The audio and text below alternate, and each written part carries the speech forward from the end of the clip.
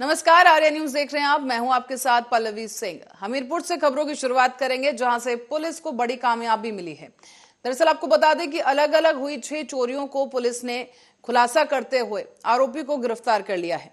चोरी के माल के साथ 10 युवकों को पुलिस ने गिरफ्तार किया है और गिरफ्तार युवकों के कब्जे से 6 अवैध असले, 8 कारतूस और घटना में इस्तेमाल किए गए 3 वाहन बरामद कर लिए गए हैं। अपर पुलिस अधीक्षक ने प्रेस वार्ता कर इस मामले का खुलासा किया है।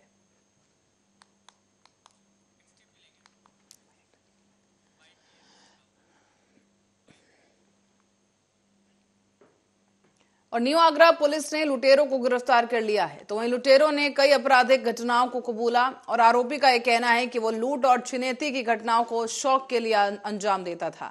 बदमाश के कब्जे से तमंचा, बाइक और लूटी गई एक चेन बरामद कर ली गई है। थाना न्यू आगरा पुलिस ने एक चेन लुटेरों को पकड़ा है और इसके बयानों के आधार पर 2 मुकदमे जो थाना न्यू आगरा पर पंजीकृत थे उनका खुलासा हुआ है। एक मुकदमा जो 7/3/2023 को वादिया ने पंजीकृत कराया था थाना न्यू आगरा पे, उसमें इसकी गिरफ्तारी हुई है और इसके कब्जे से उसमें एक चेन भी बरामद हुआ है जो इसने वादिया से लूटा था। इसके अलावा 9/11/2022 को जो इसने लूट की थी, जो मुकदमा थाना न्यू आगरा में पंजीकृत था, उसको भी इसने एक्सेप्ट किया है और उसके चेन को किसी ज्वेलर शॉप को बेचना बताया गया है। पुलिस जल्द से जल्द उसको भी गिरफ्तार करेगी, उससे चेन बरामद करेगी। थाना न्यू आगरा पुलिस ने।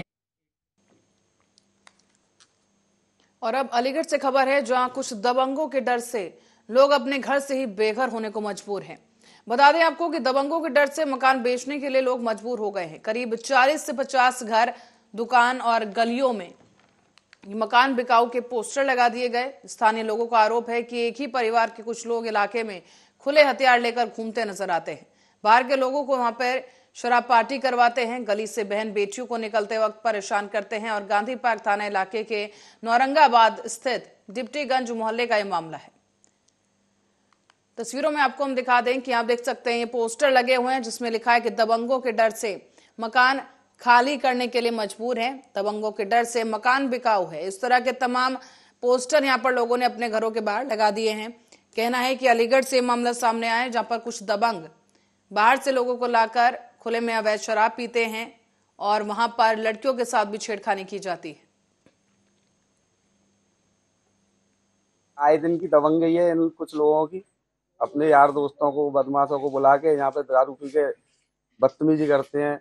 कहीं पे भी गली में कहीं पे भी टॉयलेट करने बैठ जाते हैं, मना करो तो गालियां देते हैं। समझे? केवल उनका ये है कि अपना मकान बेचो, हमें बेचो।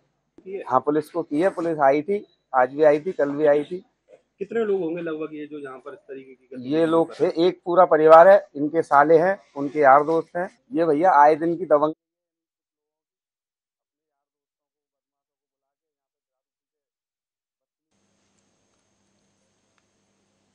और अब रुक करेंगे भोपाल का, जहां से खबर है कि घातक बीमारियों को देश से जड़ से उखाड़ने के लिए टारगेट सेट कर दिया गया है। बता दें आपको कि टीबी उन्मूलन का कार्यक्रम आयोजित किया गया। इस बीच राजधानी भोपाल के एक निजी होटल में टीबी उन्मूलन पर मीडिया की भूमिका की कार्यशाला का आयोजन किया गया है। इस कार्यशाला में एनएचएम की डायरेक्टर प्रियंका दास और स्वास्थ्य मंत्री प्रभुराम चौधरी भी शामिल हुए हैं। स्वास्थ्य मंत्री प्रभुराम चौधरी ने बताया कि आज मीडिया सबसे सशक्त माध्यम है लोगों तक जन जागरूकता या किसी खबर को पहुंचाने के लिए, और टीबी को जड़ से खत्म करने के लिए 2025 तक का टारगेट सेट किया गया है। देश में करीब 84% टीबी को खत्म करने में सफलता मिल चुकी है। साथ ही स्वास्थ्य मंत्री प्रभुराम ने कहा है कि ट्राइबल इलाकों से लेकर ग्राम पंचायत और नगरीय निकायों को भी टीबी के जो मामले हैं वहां पर जड़ से खत्म करने के लिए अभियान चलाया जा रहा है।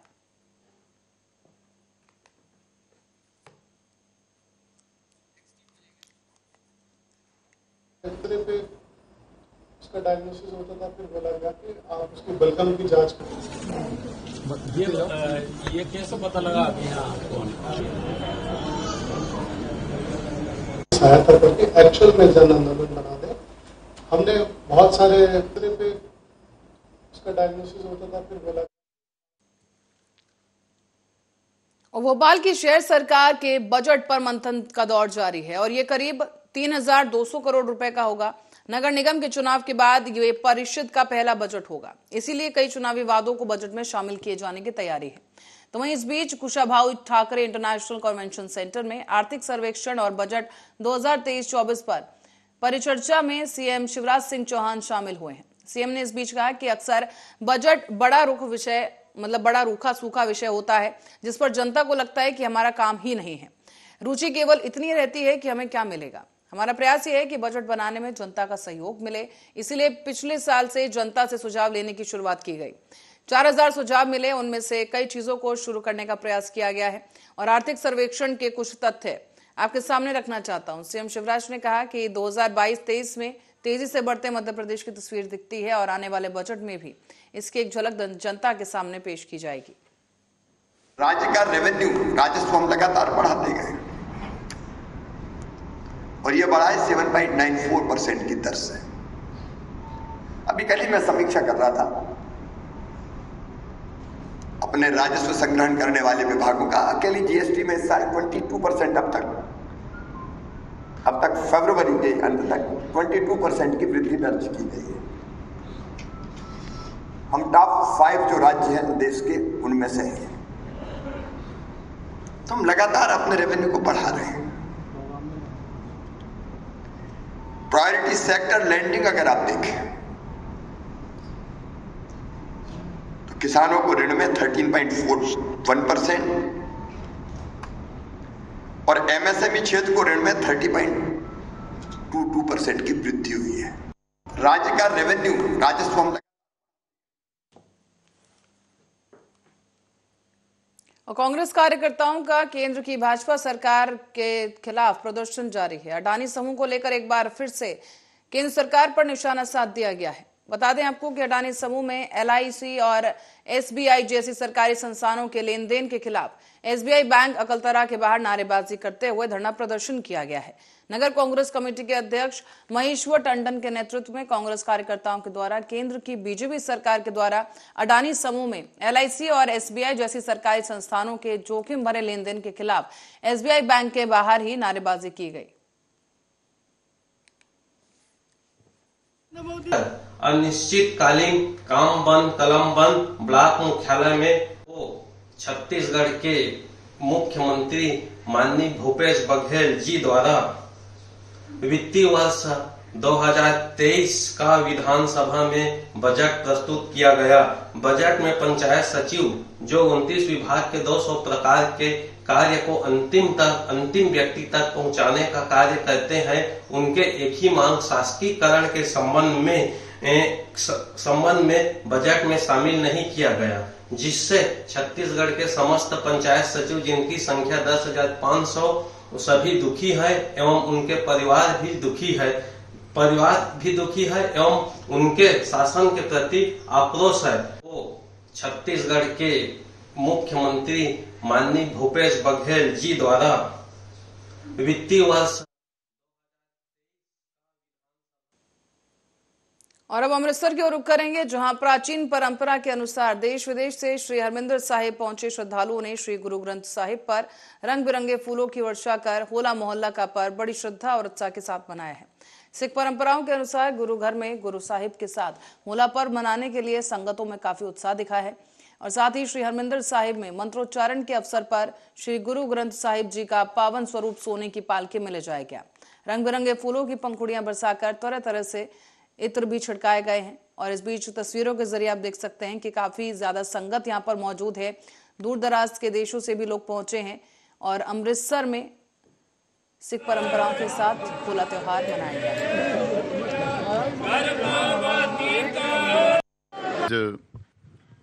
सतगुरु धन गुरु गोबिंद सिंह जी महाराज सच्चे पातशाह वालों होले महल्ले का जो दिवस है 1700 विच आरंभ किया गया।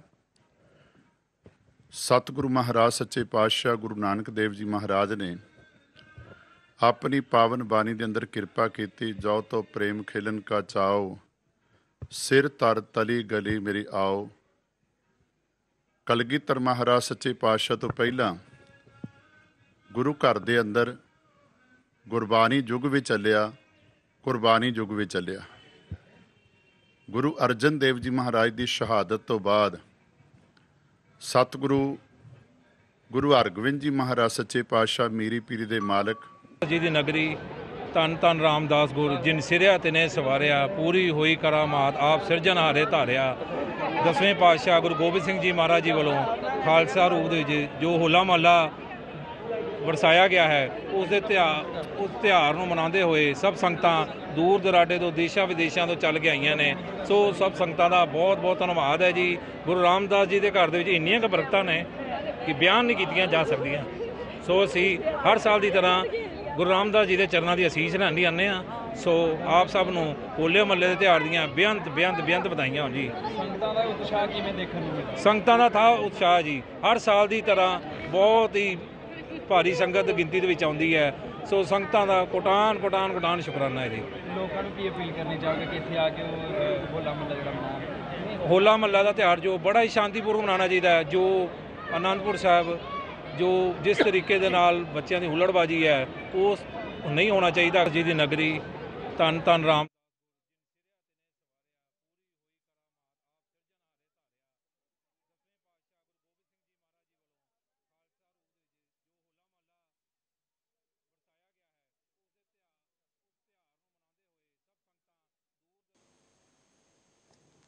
और अब खबर पटियाला से, जहां अत्याधुनिक सुविधाओं से लैस बन रहे पीआरटीसी के नए बस स्टैंड के काम का निरीक्षण करने के लिए पहुंचे नवनियुक्त चेयरमैन पीआरटीसी रजनोद सिंह हडाना।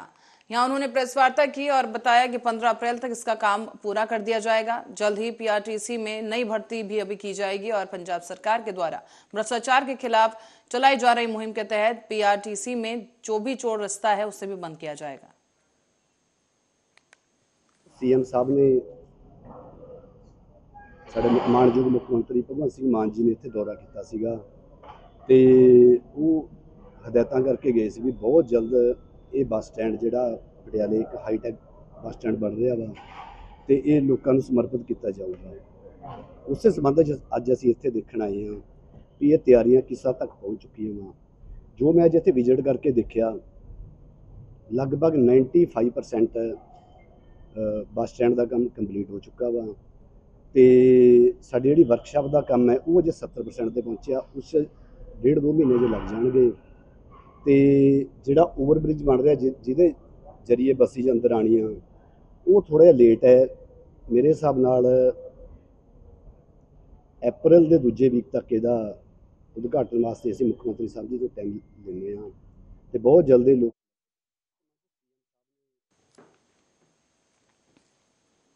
खबर शाहजहांपुर से है, जहां ब्लॉक सिंधौली के गांव बोझ से खबर आई है। यहां पर आपको बता दें कि देखा जा रहा है कि ग्राम प्रधान और सेक्रेटरी के द्वारा लाभार्थियों से ठगी की जा रही है। ग्रामीणों का यह आरोप है कि आवास बनवाने को लेकर प्रधान और सचिव 25,000 रुपए की मांग कर रहे हैं। ग्रामीणों का यह भी आरोप है कि उनके कच्चे मकान हैं, वो बहुत गरीब हैं, इस वजह से पैसे नहीं दे पाएंगे और पैसे ना दे पाने की वजह से ग्राम प्रधान और सचिव ने उनका नाम सूची में होने के बावजूद भी हटा दिया है। ग्राम प्रधान उन लोगों से आवास निकलवा रहे हैं जिनके घर पक्के बने हुए हैं और उसके ऊपर आवास निकलवाकर बनवाया जा रहा है। हद तो तब हो गई जब ग्राम प्रधान और सचिव ने ऐसे लोगों से धोखाधड़ी की जो मूक बधिर हैं। साल ही गई हुई। तो आपको सरकारी लाभ का कोई लाभ हुआ कि नहीं हुआ? सरकारी का ना कुछ भी नहीं। गल्ला मिलती 5 किलो। इस समय जो कॉलोनी निकली है वो आपको मिली नहीं मिली? ना क्या आपको समस्या जो अभी नहीं मिली आपको? गुरदियाल के नाम से कॉलोनी नहीं करे जा मैं नहीं तो मिली क्यों नहीं अभी तक आपको? अबे नहीं मिली हमारी ना सरकारी पेंशन हमारे तीर ना पेंशन। दिखाने जा रहे हैं यूपी के जनपद शाहजहांपुर के ब्लॉक सिंधौली के गांव घाटबोझ से। घाटबोझ में देखा जा रहा है काफ़ी बरसों से लोग रह रहे हैं लेकिन यहाँ सरकारी लाभ का कोई भी उन्हें प्रस्ताव नहीं मिला। अभी तक देखा जाए कि यहाँ तक अभी आज हम लोग यहाँ आए हैं इस गांव में। आइए कुछ भाइयों से यहाँ बात करते हैं कि उनके जीवन में ऐसी कौन सी दिक्कत है जो उन्हें अभी तक सरकारी लाभ नहीं हुआ है। भाई आपका नाम क्या है? सोनू सिंह। क्या कुछ समस्या है जो आपको अभी तक सरकारी लाभ नहीं मिला? अभी तक समस्या ये हो रही है, प्रधान पैसा मांग रहा है हमसे, कह रहा है कि 30,000 रुपये दो और प्रधान और सेक्रेटरी, प्रधान का नाम है इत्तियाक, उसकी पत्नी है प्रधान गुलशन बेगम और सेक्रेटरी का नाम है राम बोरन। तो क्या कुछ दिक्कतें हुई जो आपको आवास उन लोगों ने मतलब नहीं दिया? क्यों नहीं दिया? वो कह रहा है कि मेरे घर पर आना तब तुम्हारा आवास बनवाएंगे, नहीं तो गांव में तुम्हारा कटवा देंगे। देखिए बहुत से गांव ऐसे भी पड़े हैं। बताओ अधिकारियों का क्या बोलबाला है? यहाँ पर देखा जा रहा है कि काफ़ी लोग और काफ़ी समस्याएं हैं यहाँ पे, फिर भी आइए मिलवाते हैं आपको इस गांव में। और भी एक हमारे, बताइए भाई आपका नाम क्या है? हमारा नाम विद्यासागर मिश्रा है। जी बताइए, आपको आवास सरकारी मिला कि नहीं मिला? नहीं सर, आवास नहीं मिला है। हमारी पत्नी जो विकलांग है 95% जी, फिर भी आवास नहीं मिला। लिस्ट में हमारा नाम आया, लेकिन पैसा ना देने के कारण लिस्ट से हमारा नाम कटवा दिया गया। तो आपसे पैसे की डिमांड किसने की थी? प्रधान जी ने। और दूसरा, और सेक्रेटरी साहब भी कह रहे थे कि खर्चा तो होता ही है, अगर खर्चा नहीं करोगे तो आवास कैसे मिल पाएगा। दिखाने जा रहे हैं यूपी। और गाजियाबाद के लोनी बॉर्डर क्षेत्र के राहुल गार्डन में आबकारी विभाग ने मुखबिर की सूचना पर एक महिला विक्रेता को 11 पेटी अवैध शराब के साथ गिरफ्तार किया है। इस महिला के खिलाफ मामला दर्ज कर लिया गया और अब इसे जेल भेज दिया गया है।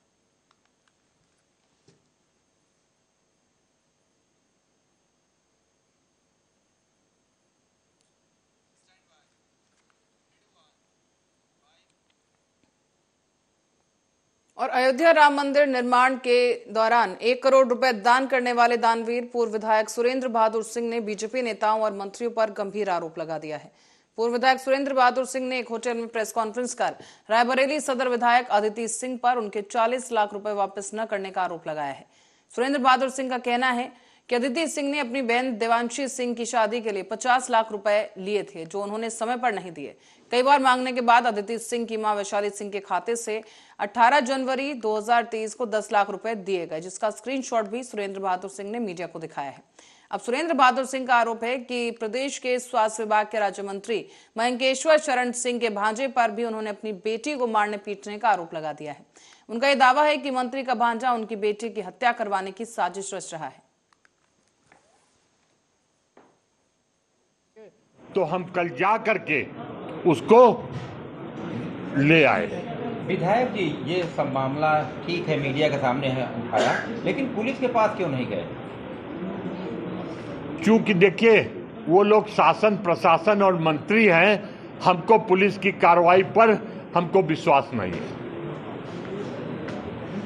अगर आप लोगों में आप निर्भय और सच्चे पत्रकार हैं तो आप लोग इस मामले को जैसा हम कह रहे हैं उस प्रकार से अपने अपने समाचार पत्रों में आप लिखिए और उस मामला उठाइए।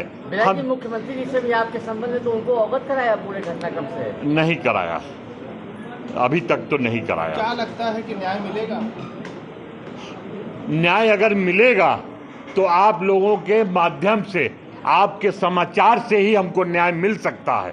लेकिन अगर हम पुलिस अधीक्षक के पास, पुलिस विभाग में या कहीं ऊपर जाएंगे तो हमको न्याय की गुंजाइश नहीं लगती। घर से निकाल देंगे।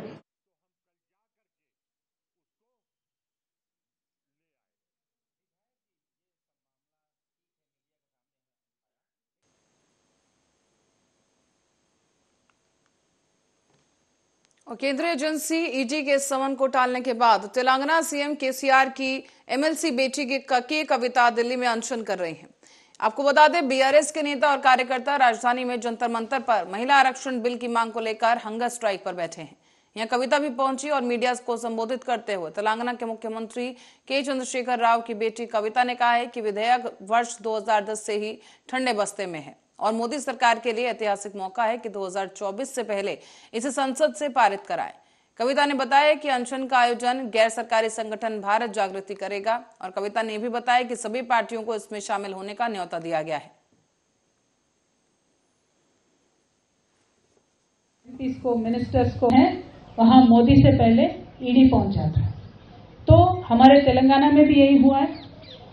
तकरीबन सारे बिजनेस हाउसेस पे एक 500 प्लस बिजनेस हाउसेस पे आईटी रेड होता है। सीबीआई के रेड 100 होते हैं तेलंगाना के राज्य में। ईडी तो कम से कम 200 जगहों पे उन्होंने छापा मारा है और एनआईए एजेंसी ने 500 to 600 मिनिमम लोगों को बुला के उनको डरा के धमका के अलग अलग तरीके का काम वहां पे चल रहा है। मैं ये लोगों के सामने, जनता के सामने आज रखना चाहती हूँ क्योंकि ये मेरे अकेले का मुद्दा नहीं है। हमारे खुद के पार्टी में मिनिमम 15-16 लोगों को, MLAs को, MPs को, मिनिस्टर्स को टारगेट करके अलग अलग केसेस में बुलाने का काम कर रहे हैं। तो मेरा मोदी जी से, बीजेपी से एक ही विनती है कि आप जनता के पास जाइए। आपने किस तरीके का डेवलपमेंट किया है, तेलंगाना के लिए आपने क्या किया है, देश के लिए आपने क्या किया है, वो बताइए। उनका दिल जीतिए, बाद में इलेक्शन जीतिए। लेकिन हम इलेक्शन हारेंगे या जीतेंगे, एनफोर्समेंट डायरेक्टरेट यूज करेंगे, बैकडोर से गवर्नमेंट में आएंगे, इस तरीके का तो हमने देख लिया है। 9 राज्यों में चला है और तेलंगाना में वो चल नहीं पाया। उन्होंने कोशिश किया है लेकिन हमने चलने नहीं दिया। तो इसीलिए उनका अभी एफर्ट ये है कि किसी भी तरीके से ईडी डाल दो, धमका दो, डरा दो है।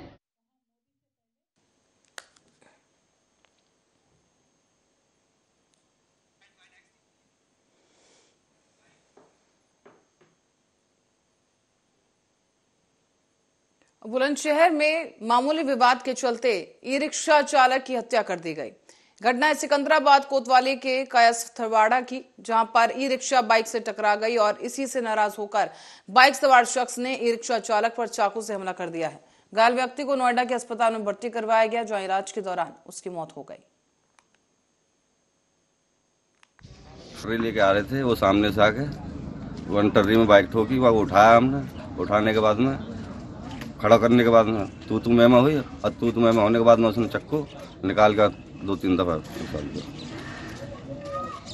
तो उनकी मौत हो गई क्या नरेश की? हाँ, उसे यहाँ से दीक्षित में ले गए, यहाँ मना कर दी। नोएडा ले गए, नोएडा लेके एक्सपायर हो गए। टर्री लेके आ रहे थे, वो सामने से आके वन टर्री में बाइक ठोकी, वहाँ उठाया हमने। उठाने के बाद में खड़ा करने के बाद में तू मैमा हुई, और तू मैमा होने के बाद में उसने चक्कू निकाल कर 2-3 दफा निकाल दिया। तो उनकी मौत हो गई क्या नरेश की? हाँ, उसे यहाँ से दीक्षित में ले गए, यहाँ मना कर दी। नोएडा ले गए, नोएडा।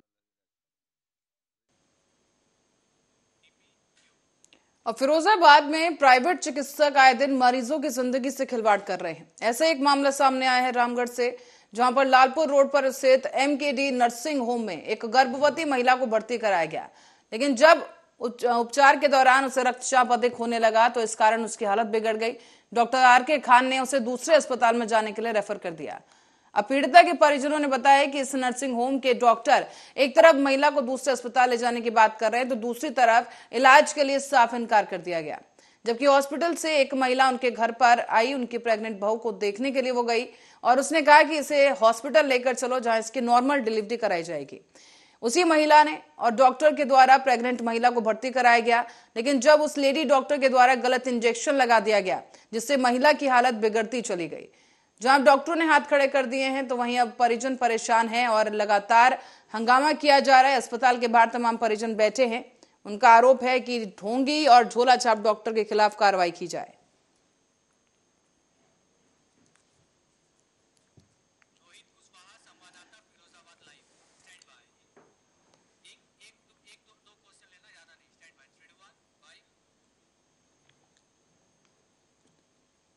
और इसी खबर पर अधिक जानकारी के लिए रोहित कुशवाहा हमारे संवाददाता हमारे साथ लाइव जुड़ गए हैं, उनसे जानेंगे। रोहित, क्या कुछ पूरा मामला रहा और क्या अपडेट है इसमें? अब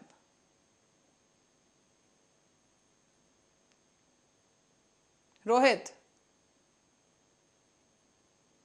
से दोबारा संपर्क करने की कोशिश करेंगे, लेकिन आपको बता दें कि MKD नर्सिंग होम, जिसकी तस्वीरें भी हम आपको दिखा रहे हैं, ये MKD नर्सिंग होम का मामला है। यहाँ पर पीड़ित पक्ष की तरफ से आरोप सामने आया है कि पहले एक महिला डॉक्टर उनके घर पहुंचती है, उनकी गर्भवती बहू को देखती है, उसके बाद इलाज की नसीहत देती है। कहा जाता है कि महिला को अस्पताल लेकर आइए जहां उसकी डिलीवरी नॉर्मल तरीके से कराई जाएगी, लेकिन जब पीड़ित पक्ष ने बहू को वहां पर भर्ती करवाया तो इलाज के दौरान गलत इंजेक्शन देने की वजह से महिला की तबीयत बिगड़ गई है। इसके बाद वहां पर डॉक्टर खान ने कहा कि इस महिला को दूसरे अस्पताल ले जाइए। दूसरे अस्पताल इस महिला को रेफर किया गया, लेकिन जो पीड़ित पक्ष है उनका यह कहना है कि महिला की हालत जानबूझकर खराब की गई है, गलत इंजेक्शन महिला को दिया गया, जिसके बाद से ही लगातार उसकी तबीयत बिगड़ती चली गई है। और इसी बीच अब परिजनों का हंगामा जारी है।